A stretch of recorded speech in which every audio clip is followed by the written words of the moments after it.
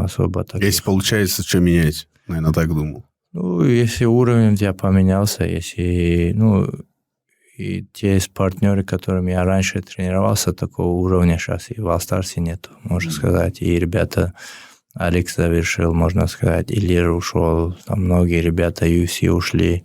Сейчас новые молодые поколения, но они все легковесы, можно сказать. Из-за этого тоже не подходило. Надо было свою команду что-то... у меня команда, я за Ахмат выступаю, все ребята оттуда.